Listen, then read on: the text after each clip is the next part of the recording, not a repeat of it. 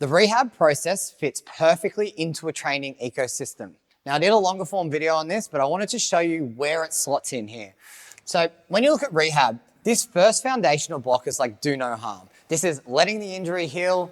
It's training around an injury and setting the scene to then move into development blocks. Development blocks basically is where you've got load introduction. You're building on muscle mass, building on strength and the qualities you want. Then performance. This is return to play. I don't really like the term return to play purely because it implies that you're going back to sport. A lot of people don't go back to sport. A lot of people just go back to training, so we call it performance. But this performance block fits directly into a foundational block of training.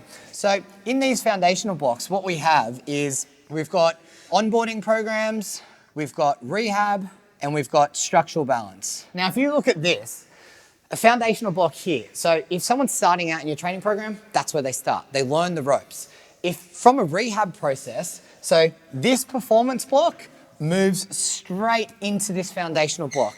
This is where you then start your training journey. So if you're someone that's been training for the long term and you've had an injury, you basically are moving back to the start of the process. And then once the injury is healed, once you're back to your performance within that injury, then you move into development blocks. It's the same process. In here, strength, hypertrophy, the base work, the bread and butter of your training before you make it look sexy and move it into max strength or any qualities that you want. But I think sometimes this whole process gets confused. Where does it fit in?